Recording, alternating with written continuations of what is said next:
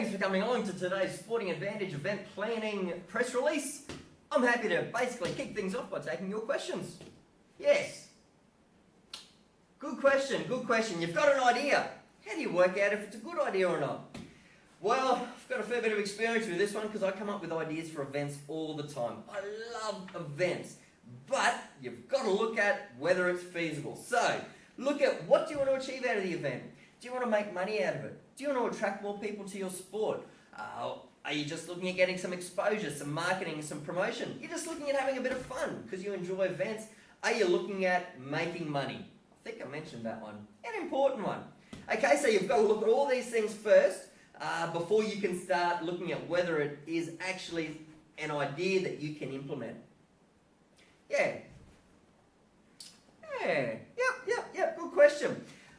Basically, from the feasibility, you need to then put that within a proposal. Okay, so you can start taking it to other people and finding out if they think it's a good idea.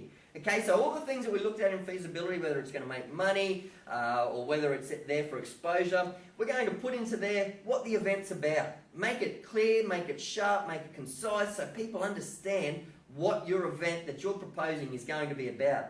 Now, from there, we need to look at timeframes. When are we going to run it? How are we going to do it? How much expenditure is going to be involved? How many people do we need? All the different things that we need to put together to run that event, we need to put into a proposal. And this is still at the point where we're still not sure if we're going to run it or not. We have to be thorough at this stage. Is that? Yep, excellent, good. Righto, what else?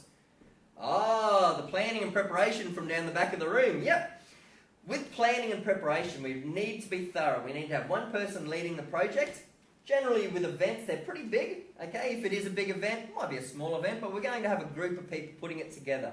Okay, so we need to document everything that needs to be done. So listing out all the tasks, so whether that's organising adverts, whether it's organising flyers from the promotional side of things.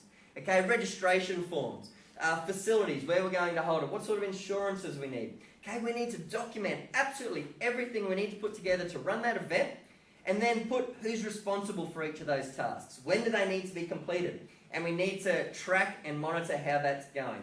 So your event manager, whoever's leading the project, needs to make sure that we're ticking off all these tasks in our spreadsheet and seeing how we're progressing. Okay, so if something's missed a time frame, then we go, whoa, what's going on? We need to get that sorted out. Why have we missed it? Okay. If we start missing things, that's where our event is going to start falling over into certain areas. So we need to be very thorough in our planning and our preparation and making sure we're getting everything done. What else? What other questions have we got? Yep, the actual putting on the event. Well, do you know what the biggest secret to putting on an event is? It's your planning and preparation. The actual running of the event, I find, is the easiest thing to do if you've planned it and prepared well. If you've cut corners in the planning and preparation, sure, there's going to be issues that you're going to have on the day of the event. But if you've done that planning and preparation, you've communicated that to people, you've got enough people in positions to run the event successfully, and you've done that planning, you've first listened to this video and you've put it all together, but you've planned it, your implementation, it's just going to run. Okay, now there's going to be things that are going to go wrong on the day of the event. Okay, so as long as you've got contingencies in place that you can actually deal with those at the time, all is going to be good. Yep. Now something no one's asked me about, and it's something that we quite often forget, and that is the evaluation of our event. And that's really important because if we want to do this event next year, okay, or if this is a regular event, we need to look at how the event went. What went well? Where were our successes? And after we celebrate them, we've got to celebrate. Okay? We're going to look at, well, how can we make sure we put those successes in place again? Then we've got to be a little bit critical. Where did things go wrong? Where could we have done better? Okay? Look at it objectively. And it's very easy to get emotional and get carried away with your event.